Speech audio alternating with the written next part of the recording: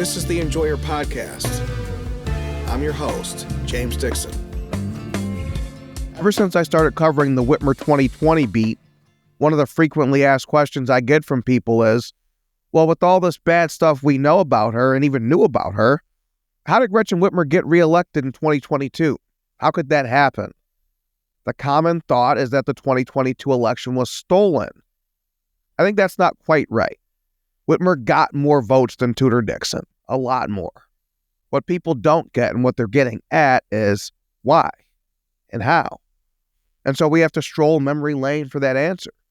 My guest today, Garrett Soldano, was a candidate in the Republican primary in 2022.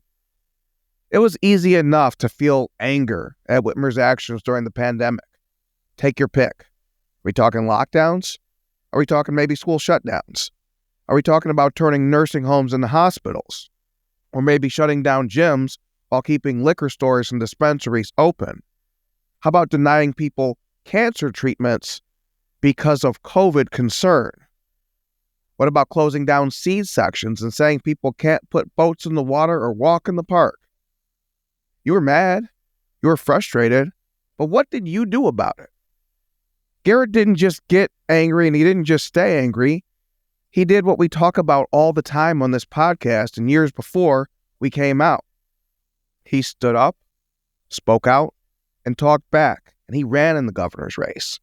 When presented with the greatest attack on the Constitution and the American idea of government in his lifetime, Garrett Soldano jumped into the arena.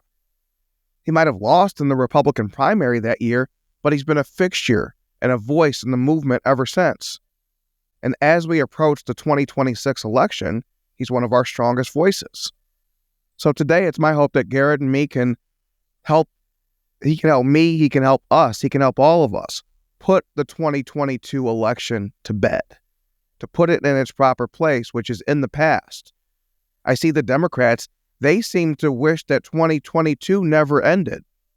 I just read a story with the Genesee County Sheriff. He's running for governor as a Democrat, Chris Swanson. He's talking about, wanted to make clear that everyone knows that he supports reproductive rights after reproductive rights, that he supports the right of women to kill their unborn offspring after a report in the Detroit News about a month or two ago led people to think otherwise. So Chris Swanson feels the need to act as if, and Jocelyn Benson feels the need to act as if abortion is still on the ballot. Gretchen Whitmer got the bite of that apple that mattered, and now everyone wants to pretend that the apple still exists and is still there to be bit at, and that if you do bite it, you'll get fruit from it. But it's not. 2022 was a long time ago. We should all adjust. So my hope today is that Garrett will help us flip the calendar. I often hear from people who think that the election was stolen, and I get why you would think so.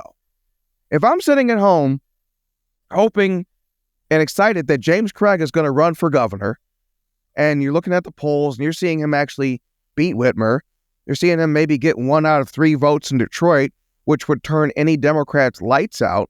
Remember, Whitmer actually lost the 2022 primary. The 2018 governor's primary. Whitmer lost that race to Sri Thanadar in Detroit. And so the idea that a Republican could beat Whitmer in Detroit and thus beat her statewide was really exciting. So I get it. You're sitting home, you watch James Craig be swept off the ballot for a signature collection scandal. But it wasn't just James Craig. To understand what happened that year, you have to look at the entire ballot around Whitmer. Because Democrats won the big 3 offices in 2018, now we're talking governor, secretary of state, and attorney general, they held those seats coming into 2022. Michigan is not historically a state where incumbents lose those races, even when they face strong competition. So in a sense, the 2022 election was decided in 2018. Now let's think about the ballot initiatives that accompanied the governor's race on the ballot. Prop 1, term limit reform. This was championed by Detroit Mayor Mike Duggan, a Democrat, and Jace Bolger, a former House Speaker, a Republican. But on the whole, I think it's something Democrats wanted. Prop 2, early voting, championed by people like Jocelyn Benson, our Secretary of State. another Democrat-positive bill. Prop 3, limitless abortion, championed by pretty much every woman in Michigan, and championed but especially by the likes of Gretchen Whitmer, who ran wall-to-wall commercials that fall talking about it. So, in 2022, you have an incumbent in a state that reelects incumbents. You have 3 ballot initiatives that, whether or not they were designed to drive Democrat turnout, they did. Don't ask me how Gretchen Whitmer won in 2022. Ask yourself why you ever thought she would lose. Guys, elections have consequences. 2022 was a consequence of losing in 2018. 2026 is our first chance at a clean slate. I hope we don't blow it. I have a great respect for anyone of any stripe who decides to jump in the arena. And that's the beginning of my learning about Garrett and my respect for Garrett. It's so easy to say someone should run for governor and make this big long list of the traits that you need in that person. But there's only 10 million of us. Stevens T. Mason's not walking through that door. Of those 10 million, there's very few at any given moment who stand a legitimate chance at winning its top executive office. So when people do enter that arena, I don't care, Democrat, Republican, U.S. taxpayers party, you get my respect. My concern for the 2026 race is that Michigan Republicans are going to make Donald Trump the enemy of the good. That they'll take the most exceptional man who's ever served as president and then set him as the floor against which to compare any Republican candidate. This is a good way to poison the well of talented candidates and a good way to book a loss. If you want to move to Kentucky in 2027, this is how. So to understand where we're going, we have to understand where we just came from. To understand Whitmer 2020, we have to explain how such a person won a second term. Garrett, who goes by Grassroots Army on X, is the perfect partner in that discussion. Garrett, welcome to the Enjoyer Podcast. No, thanks for having me, my man. I'm excited for this. Absolutely. I really appreciate you taking the time, Garrett. Garrett, tell me this. What is your origin story in politics? So take me back 5 years ago, right? It's March 2020. Gretchen Whitmer decrees that the world should stop spinning. Where are you in life at that point? How did you go on to spend your pandemic? Well, I tell you what, you even have to go back even one more month prior to that. And if you remember that video that came out of China, and it was pushed out on corporate media, social media, 24/7. And if you remember that video, they had really scary music in the background, and they had people showing footage of people dead in the streets, dead in the grocery aisles, people collapsing, falling down, dead in the streets. Yeah. And that's what they pushed out. And I remember when that video came out, because nobody really knew what COVID was. All we knew was this small little 45-second clip that came out of China. And we always know China always tells the truth, right? Right. And that was pushed out. And when I saw that, I was like, man, I was neutral. I was like, well, could this be something like Ebola? I don't know.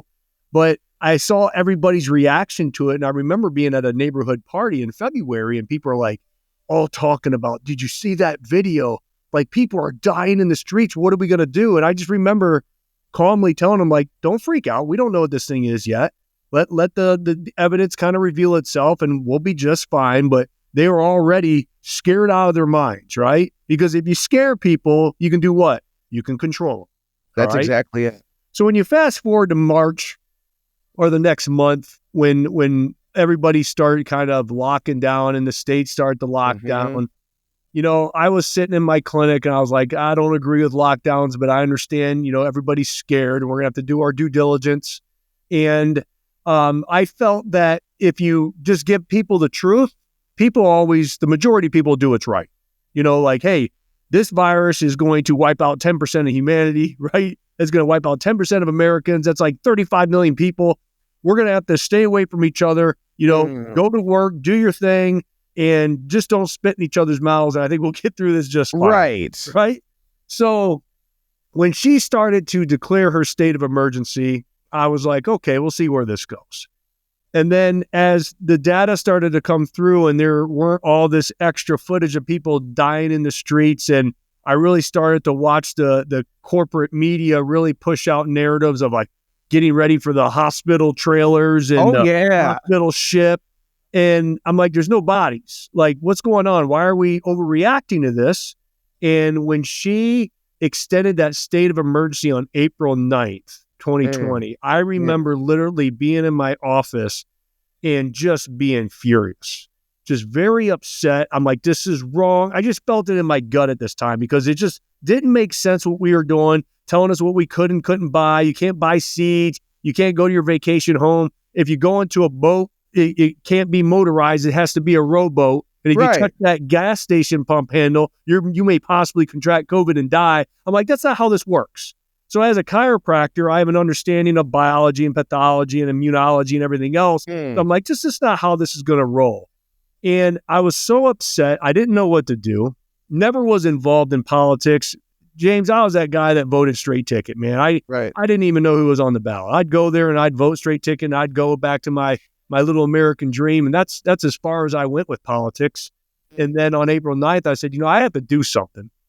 Not a little presence on social media. I remember I used to do my videos and I used to get like 200 views and like, wow, I made it, right? So I made a video in a Facebook group called Michiganders Against Excessive Quarantine. And all I did like a 5-minute little hissy fit video, I call it. Had a little beard going on, so I looked like I was pretty intense. And I don't even know what I said. It obviously Were you worked. reading from a manifesto when you did that video? It was not. It came from the heart. It was just from the heart, spilling my guts. Something about this is unconstitutional. You should not be able to take away people's constitutional freedoms. You shouldn't be shutting down our churches. You shouldn't be taking away our citizens' rights. And so I posted it. And my wife called me and she's like, what did you do? I was like, well, I started a Facebook group. And she's like, why? And I was like, well, I just wanted to get some stuff off my chest. She's like, do you think that was smart? I was like, I had to do it. I said, I had to release what I was feeling or I was going to go insane. So I go home that night and I look online. I look at my wife. I say, hey, look at this. I see there's 500 people that joined this Facebook group. And then we looked at each other and we're like, we're not alone, because at the time you weren't seeing a lot of people stand up. Like nobody was talking about like refusing to shut down and I'm going to work. I mean, everybody was telling you to just be reasonable. Yeah. It's just 2 weeks. Yes, just 2 weeks. It's just 2 weeks. And what do they say about boys and girls sports in Michigan? It's just too trans. That's right. Anytime you hear the word just, what you should know is that you are being conditioned to lower your expectations, lower your standards, and accept less.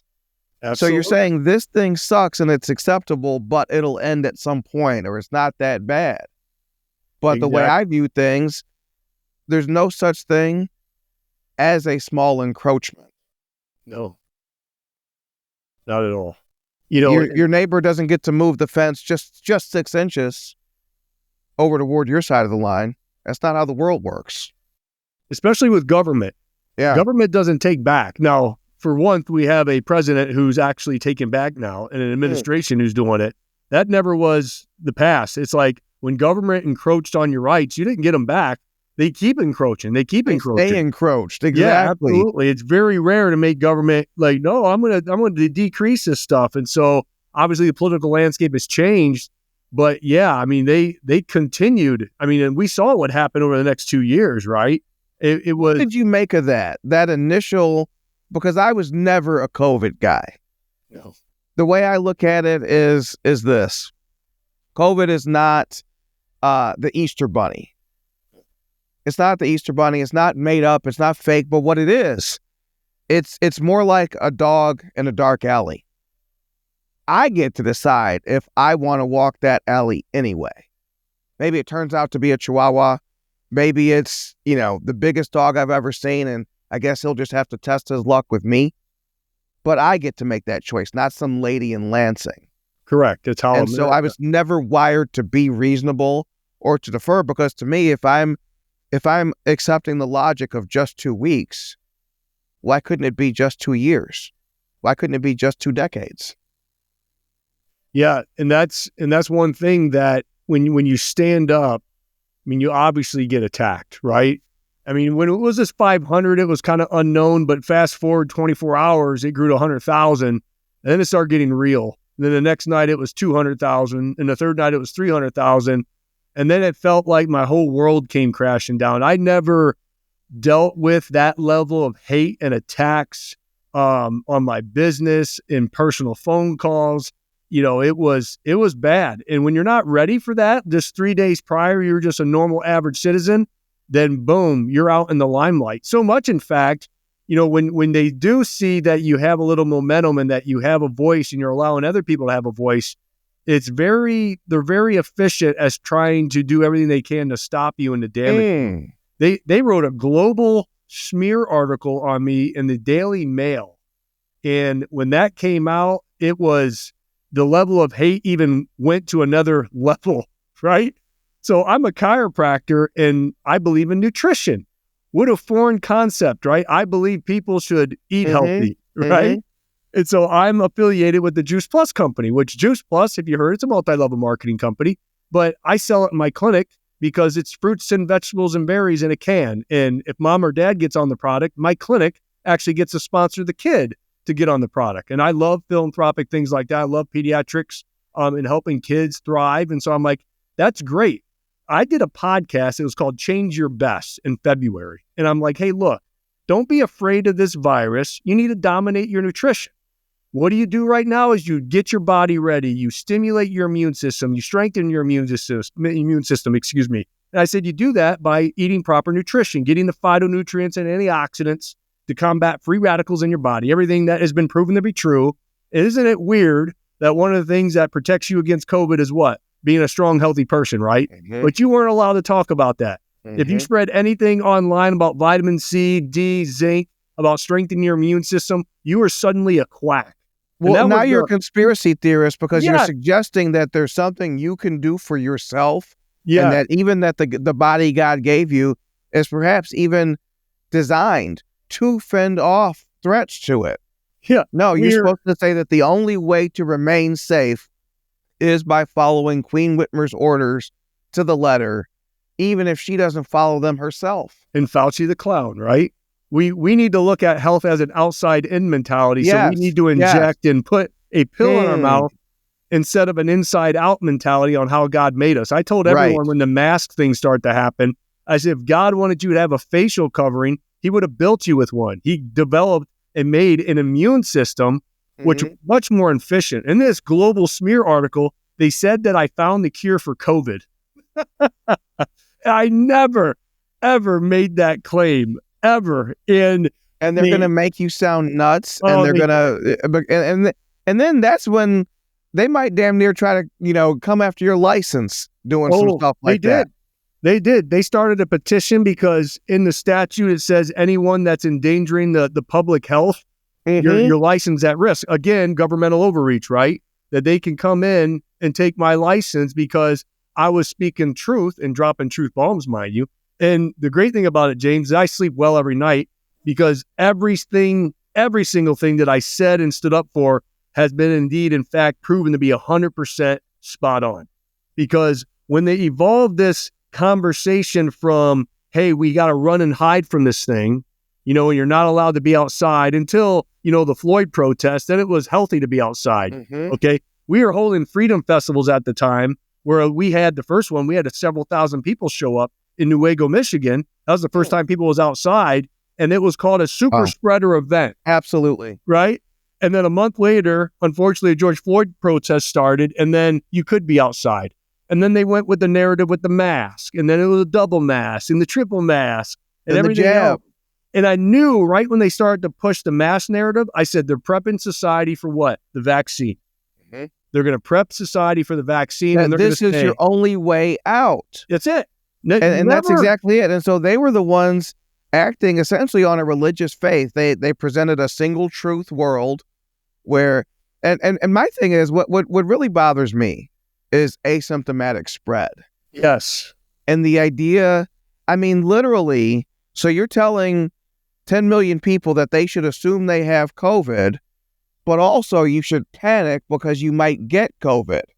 And that is what gave them the fear tactics to shut our children down. Yeah.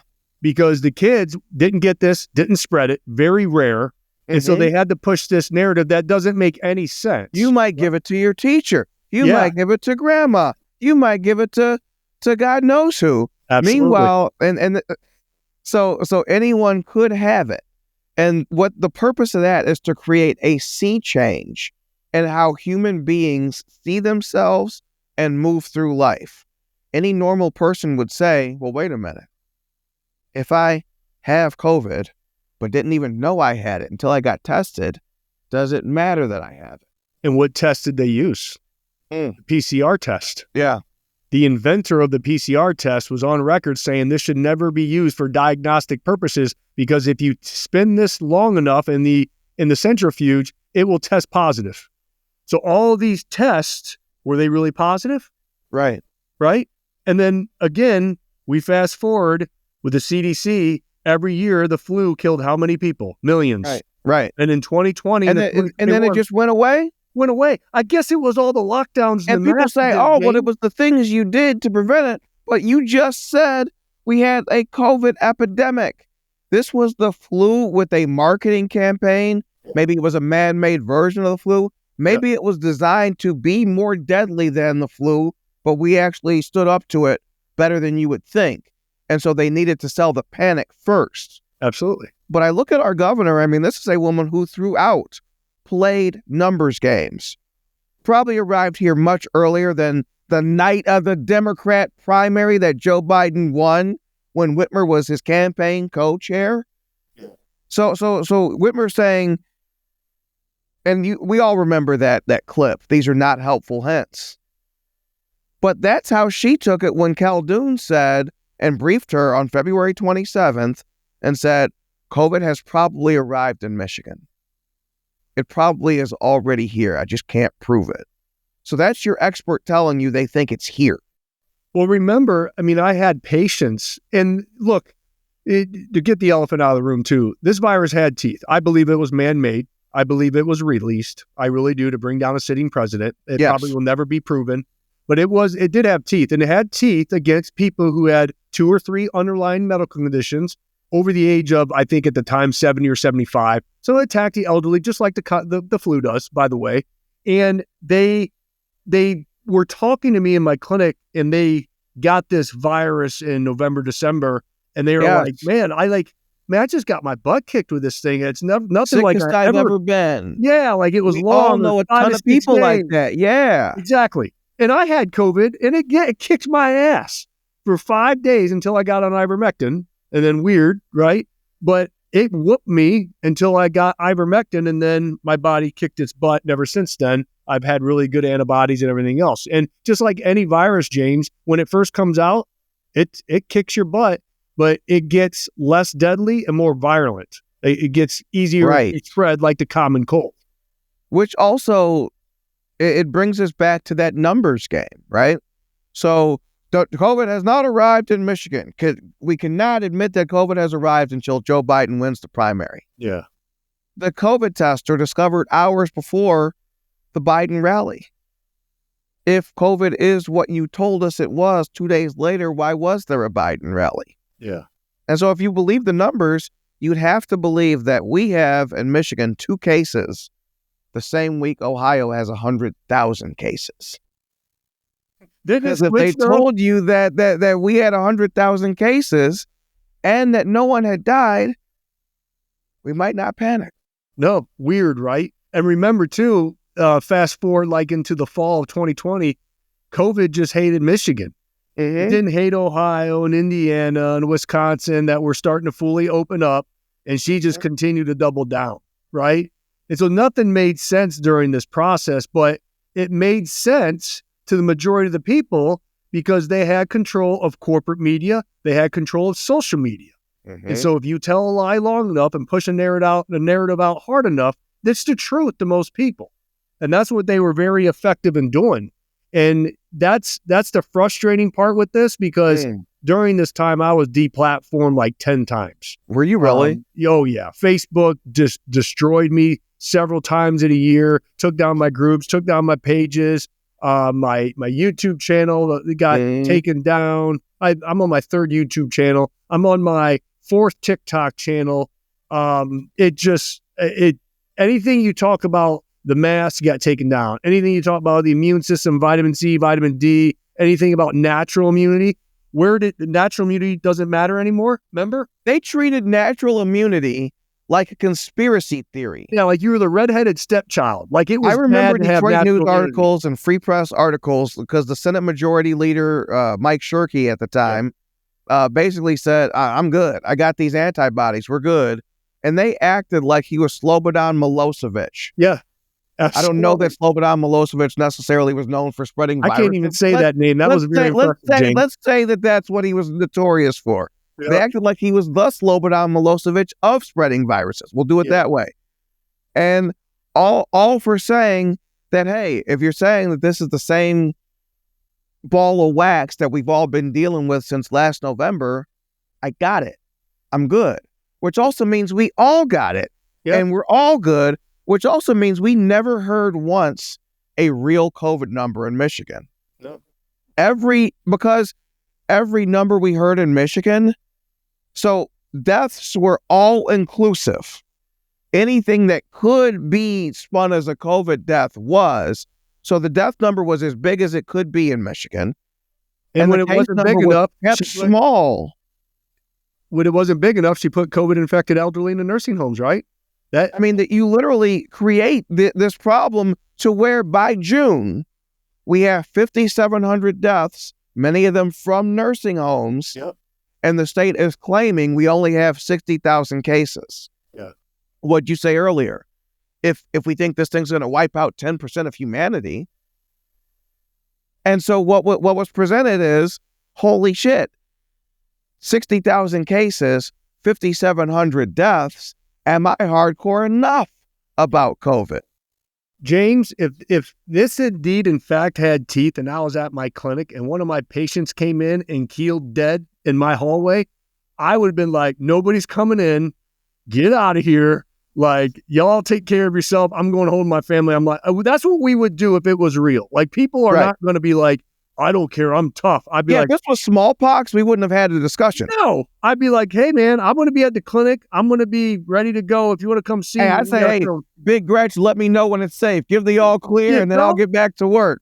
And that's what we just wanted is the truth, not a narrative. And that's where, like, during out this process, and granted, I have a background in the health industry, so I understand how these things work and everything else. So I had a little bit different belief system, especially with natural immunity and immunology and everything else. So I kind of knew, and I always try to look at the other side and say, okay, let me see the lens through their eyes of what they're seeing, right? But I still couldn't come up with a conclusion because I was like, why are they masking up their babies?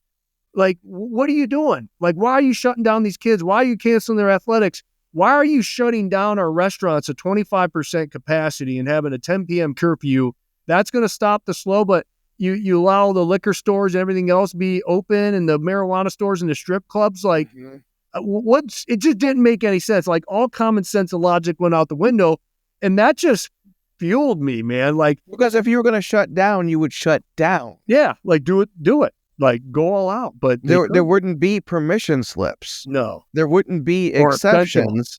Essential. And so what we were being sold is central planning. Yeah. Is the idea that one person in her infinite wisdom could run the state, could decide which career fields are essential, who should stay home, who should be able to work and support their family, which aisles of the grocery store you should be able to shop in. This is like a feminist dream, but I don't ever recall signing up to give our governor that power.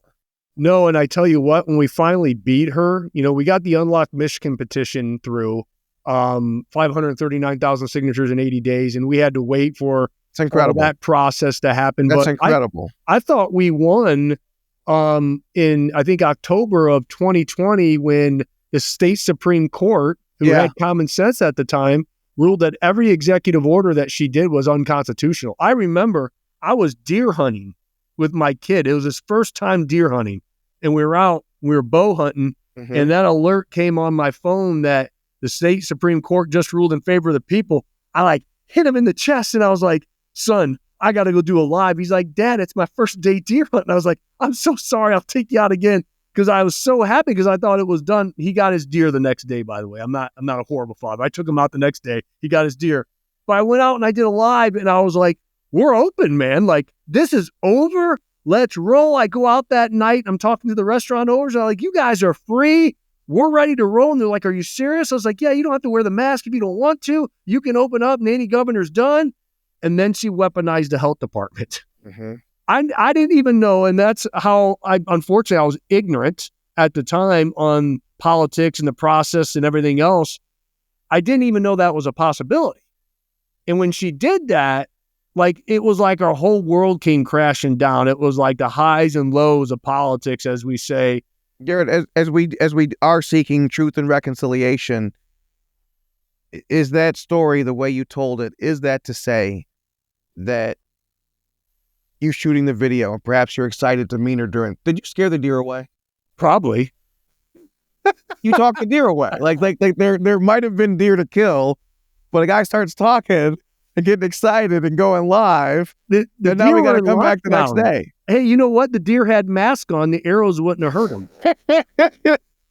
Hey, maybe the deer were staying home and staying safe. They were waiting for the decision. That's right. I mean, they were waiting for the decision. They didn't know they were free yet. And rabbit poop might be the cure for everything, you know? But yeah, I mean, and then you see that weaponized. Yeah. And it's like, well, what is this? Yeah. Now what is it about? Tyranny. Now what is it? Now it became over. about a woman just saying, I like the feel of this power in my hand. Yes. And she was very good at dictating that power to her little minions below her. Mm-hmm. And that's when I knew that this democratic machine has literally infiltrated every level of our lives over the past several decades, and we didn't even know. No. And that's when I looked at my wife and I said, I got to do something. And being an activist is working and we're getting positive change, but we need to stop this from ever happening again. And so I stepped down from Stand Up Michigan, a nonprofit that I co-founded, because I never wanted people to say, he just did this to run for office. So I stepped down and separated myself from that organization. And I really didn't know what I was going to run for. I didn't know if it was state rep or Congress or governor or anything else. And when watching what kind of transpired with people's licenses, with the restaurant owners, with the schools getting their athletics taken away from them again, I literally said, I got to be the one in charge to stop this. And that's the only way we're going to do it. And my wife looked at me and she's like, you need to run for governor. And I looked at her and I said, are you freaking nuts? Like, do you understand the level of hate? I mean, we've already went through a lot as a family and everything. Our business got attacked. If you think you're hated now, wait until tonight. And she's like, the people need you, man. And I remember being sick to my stomach because I never asked for any of this, James. I still don't want to be involved in politics. I really just want to go back to my life. It's a really scummy business. Politics. It is. It's horrible. It's soul wrecking. I mean, it's negative. You're never going to deal with this. Like, this is not like, oh my God, I met the smartest people I've ever met in politics. No, it's disgusting. I think our founding fathers, I mean, they were probably a pretty intelligent crew to come up with the idea and kind of did what they did. But now we transpire into what today's politics are. And it is nasty. Because they were normal men who were thrust into it. And that's Correct. What I find compelling about this era is that normal people, and not just in the kind of Jefferson or Jacksonian democracy, you get to vote. Yeah. Now we have people, trying to keep up with Elon Musk and the Doge cuts, and we got the public using the search bar just like the experts and like journalists used to use the search bar. And so it feels like a very participatory moment right now. It is. You're spot on. I would agree with that. What was the net effect of Whitmer on your family, your life, your practice? Everything. I mean, it's holy cow. Where do I even begin? And this is where the sacrifice comes in. When not only when you stand up, but when you run for office. I mean, your business gets just throttled. I mean, we've lost a couple of $1 million in income over the last 5 years from everything that we did. How? I mean, just patient-based leaving. You got to remember, like 50% of the people don't like you anymore. Right. So that means 50% of your clinic just left. And it hurt, man. We're still recovering. We're not even back to up where we used to be, which is fine. We've got a great patient base. Right. And, not a lot of folks that don't agree with me come in, so it's pretty good conversation in there. But yeah, I mean, the business took a hit. Physically, they painted like anarchist signs all over my trees, and they destroyed my business sign. The online reviews, you hear all this stuff all the time, but people stand up. They just attack. Yeah, they bombed Ian Murphy with the online review. Yeah, I mean, that's just part of the gig, and that hurt. The kids got through it pretty good because we wouldn't mask up our children, so we homeschooled. So as soon as the school board said they were going to mask up my kids, I'm like, there's no way in hell you're masking up my kids. And I even sent you that school board meeting when I stood up and said, you shouldn't be doing this. And once they said that they were, I'm like, I'm homeschooling. So we kind of separated them out. But then, it got a little crazy because the FBI got called on us, or on me personally, saying I was a radical right-wing extremist. So the FBI paid me a visit. Was this the beard, you think? I didn't have a beard. In retrospect, they probably looked at some old footage. Did you contribute to the image that you were an unstable character? I remember, I think it was on a Sunday afternoon. They called, and I'm on the chair and I'm reading, and my wife comes in and says, "This is the FBI. They want to talk to you." And I'm like, "Are you joking?" Like, the FBI? She's like, "It's the FBI."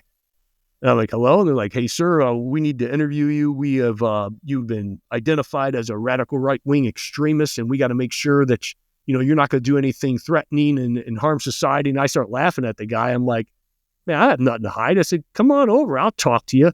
Rule number one, James, again, this is how ignorant I was of federal agencies. You did not invite the feds to your house. The FBI?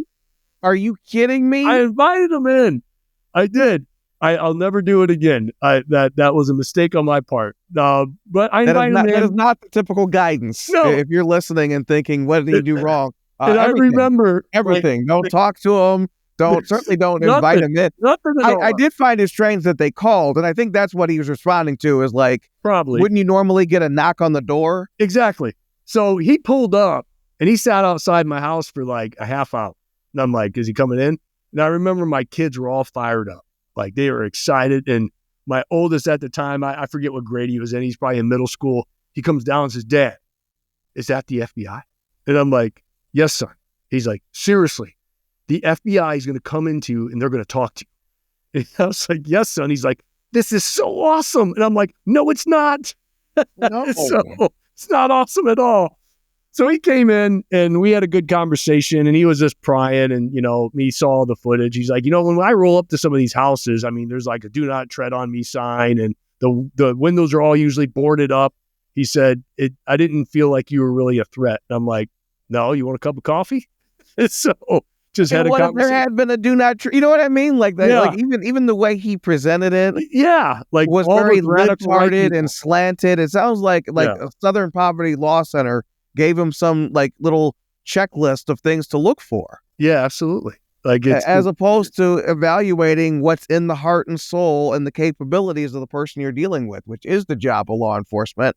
Kind of making sure they're politically okay is not the job. Yeah, exactly. But it sounds like basically not great. No, it was, and we got some death threats. One was serious, and it was from our own side. Unfortunately, the guy just lost it.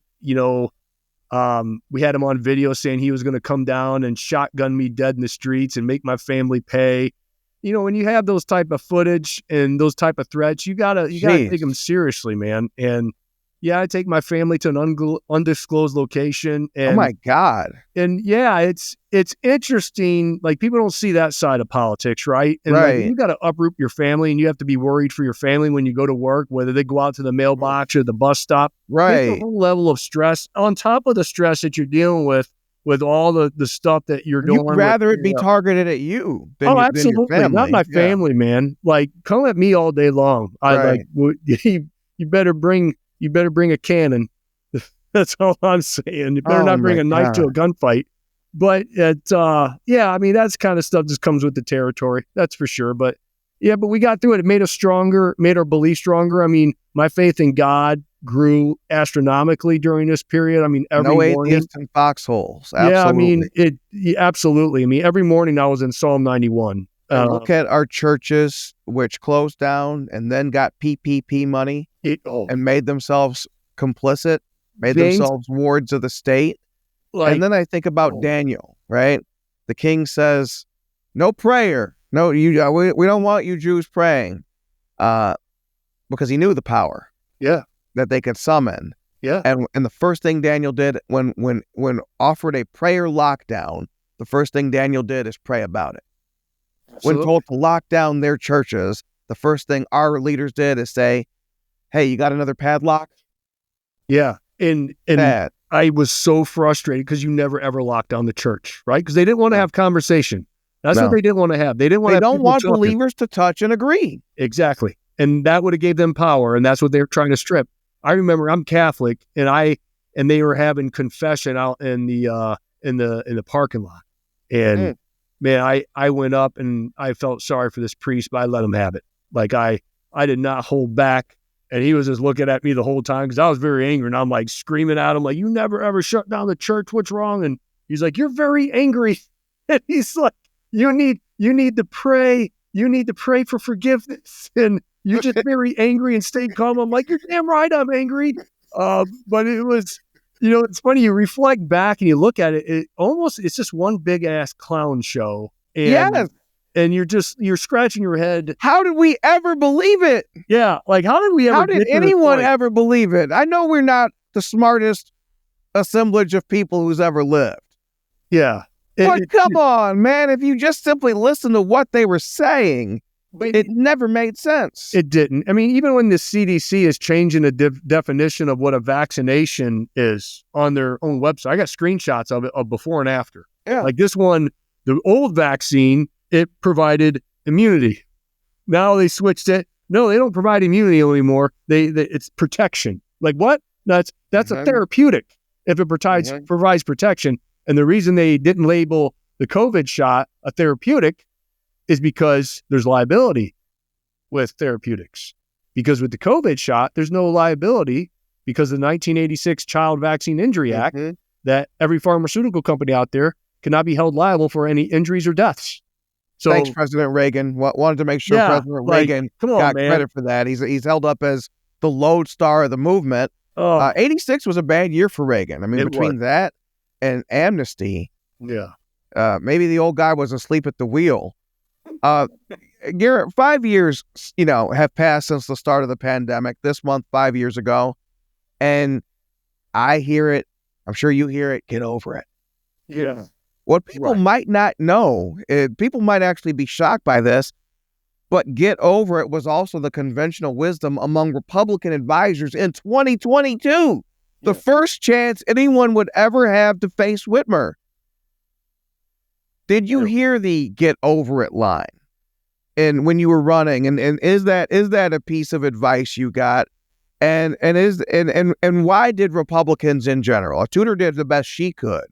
But it cannot be said that Republicans as a whole pressed the case against lockdowns. Was that the guidance at the time? Get over it. And I think even my own consultants at the time said, we got to transfer you out of this like COVID narrative because you're bigger than that. I'm like, no, but we still got to talk about it. Like nobody's talking about it. And we can't sweep this underneath the rug. Because I think a lot of the Republicans, they wanted to forget about it too, because these are the same people who went ahead and masked up their kids, went down on a knee, and just submitted to her. They did all the stuff. Yeah, they did it. And so they're kind of like, I'm conservative. I'm supposed to believe in the Constitution, but I don't want to talk about it anymore. And I'm like, no, this is how we beat Whitmer. Like, because she's good. Right. She's good. And they have a lot of, obviously, money, which they control the corporate media.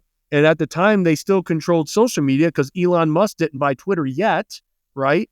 So you couldn't fight back on social media against the narratives. I said, the only way we hold her accountable is for all the hypocritical stuff that she did during the lockdowns. And they had abortion front and center. We know Proposal 3 shoved down our throat.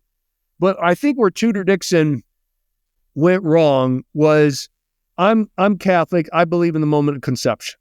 Okay. How we could have combated, and it's easy. And again, it's easy to play armchair quarterback looking back, but this was literally my plan once we won the primary, is how we are going to handle the abortion issue. And this is what I was going to say on the debate stage, because we knew she was going to throw it out like, well, Garrett, believes in the moment conception. He doesn't believe in any exceptions except for, the health of or the life of the mom, which is true. And I would have said, yeah, that's true. I said, but your job as governor is to represent all constituents, right? And if the people of Michigan want Proposal 3 or Prop 3 through and they voted in, my job as governor is to I have to support it. That's the will of the people. Now, I can help with other, petitions if I want and everything else, but I can't do anything about it. If the people want it, your job as governor is to follow the law.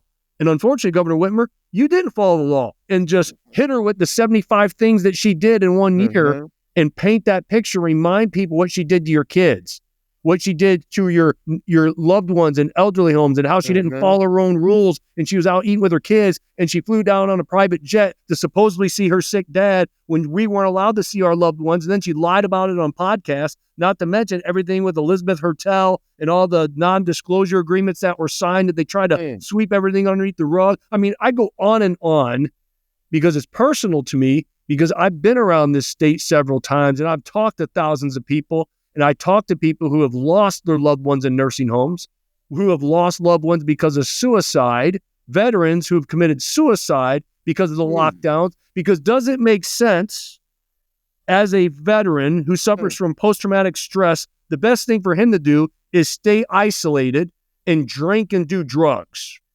Because that's what most people did. Awful. Drug abuse and alcohol addiction went through the roof during this time.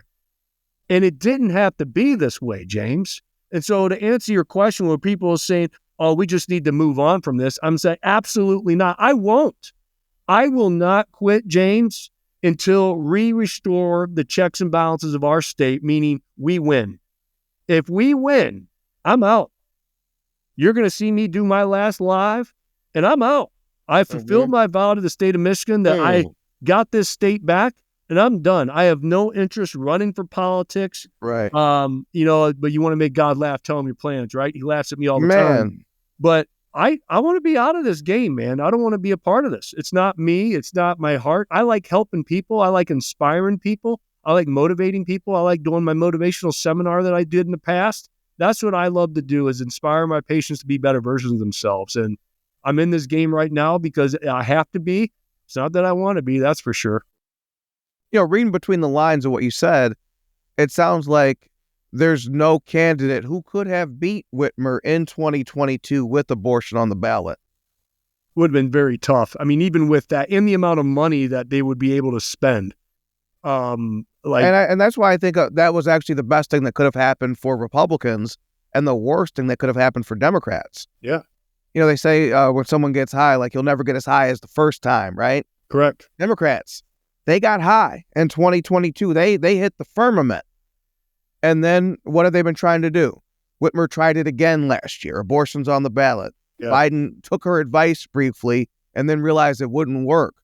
Because it doesn't just have to be true that there are some people who don't like abortion, which is always true. It has to feel true. And it didn't feel true. It didn't feel true in your gut that abortion was on the ballot, because it wasn't. No. And so they're going to keep trying the same thing and keep getting less and less benefit out of it, because they've already got what they want. Have the Democrats become a victim of their own success. Yeah, and I think where they went wrong is they went more radical, right? Especially in this last election. I mean, they went far, far left with the trans and the boys and girls sharing restrooms and locker rooms and everything else. And they went even farther. If they would have played smart and allowed Weekend at Bernie's Biden to actually be old school Biden, because he was a good politician, man. He was. He's dirty. And he had his help. Absolutely. Yeah, absolutely. He was. And if they would have just stayed moderate, it would have been really hard. And just like you said, what allowed President Trump to get momentum was getting shot in the head. I mean, that's what they ran as. They ran Biden as a trans moderate. Yeah. And you remember being told that you put Biden in, the adults will be in charge. Yep. This will all end. And so when people talk about the 2020 election, to me, like 2022, there was not a steal, but there was a scandal. You wipe off the top of the ballot, your candidate's not going to win. No. 2020, to me, the real steal, the real scandal was the conduct of lockdowns, which was done in such a way to make everybody think, shoot, man, we're in bad shape. We got protests. We got Black Lives Matter protesting. We got lockdowns. We got cops killing people in the streets. Yep. The only thing that could ever fix this is regime change. I mean, they tried to ban football season, and it's sad. It's not funny. It's sad. There was a football referee in, I believe, Lenawee County who died during a game, had a heart attack and died. Had he died of COVID, that would have been used as like, oh my God, this is why we should have had football season. But you just died. It doesn't really matter. So we said all lives matter. We said COVID lives matter, but then we put sick people in with old people at nursing homes. Then we said, oh, it doesn't matter if a referee dies if he doesn't die from COVID. Myopia. I want to go down into something you just said, regime change. And, I don't know if you were following me at the time when I was trying to get Jeremy Brown out of prison. He was a former Green Beret that was stuck. And after they let all the January 6 people out, they kept him in. And there was like a big push of a group of people like Laura Logan, myself, and a few others that were really trying to put pressure on, like, Jeremy Brown needs to be let out. And he finally was. But he was a Green Beret where he was basically in charge of going over and taking down governments and doing regime changes. I mean, that's what they did. They did psychological warfare. And he always would state, like, 2020, that's what was happening. Like, this was a regime change. Yeah. And I did it. I was a part of it in other countries. And that's exactly what they're doing to all of us right now. And then you're kind of listening to everything that the CIA and everything else and what they were involved in.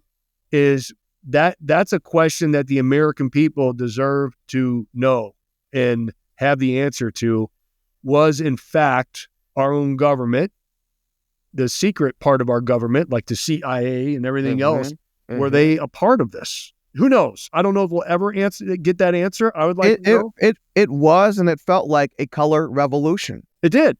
And man, they probably sat back and said, holy cow, we didn't realize it was going to work that well. And to go with your point, that's why we can never just let it go and forget. Like, we got to keep our head on a swivel from here on out and question everything. Question everything that happens, even from our own party, right? Like, it's our job to question and get answers to empower our decisions on how we, the people, want to move forward. It's just, I will never, ever just sit on the wayside. I'll never trust government again. No. I mean, I didn't trust it before, but I had a little faith. But now it's very hard for me to trust anyone on both sides of the aisle, James. I mean, that's just... I mean, it felt like post 9/11 and the two wars that resulted. Yeah. That gets us in Iraq and Afghanistan. We don't win either. How you fight the Taliban to a 20-year draw is beyond me. But we did it.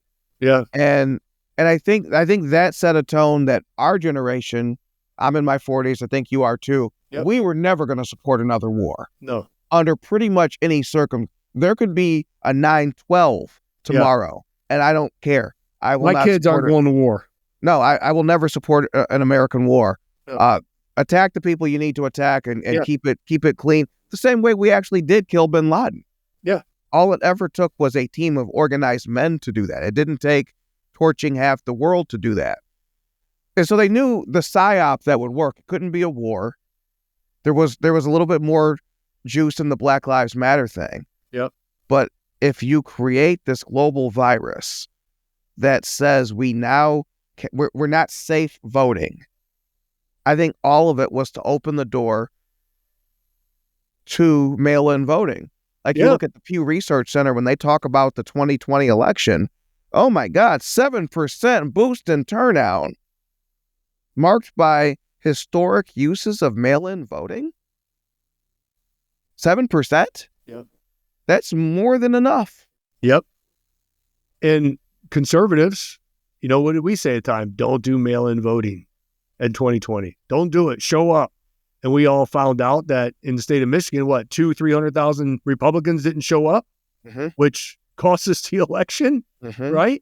So those are the things that I think the Trump team and like Turning Point Action and Scott Presler and, Trump Force 47, they said too big to rig.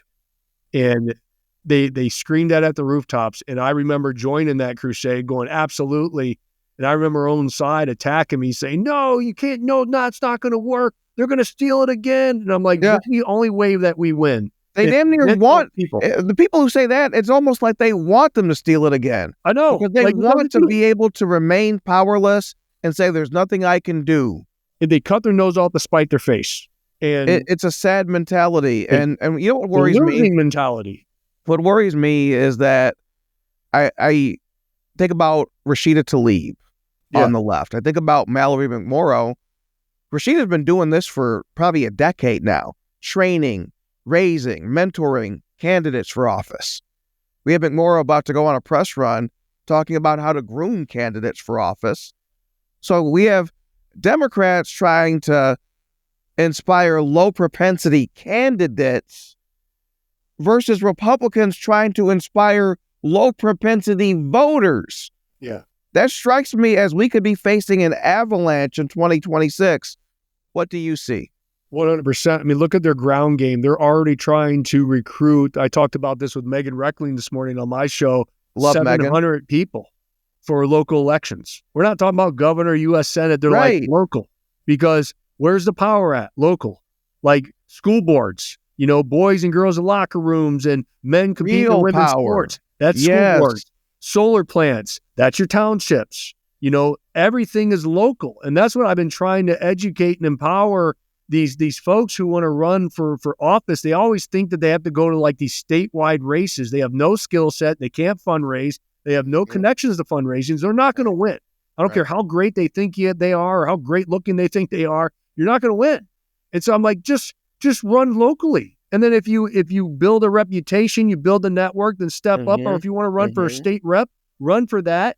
If you ran for state office and you weren't able to fundraise, and hey, why don't you start for something smaller, maybe Congress, get those fundraising connections. And after you do a couple terms, have a voting record that's solid and impeccable, then hey, go for U.S. Senate that time, go for governor. But these people and God bless them. And just like you said, anyone that throws their hat in the arena, absolutely, you got my respect, baby. I've been there. I've done it. I know what it takes.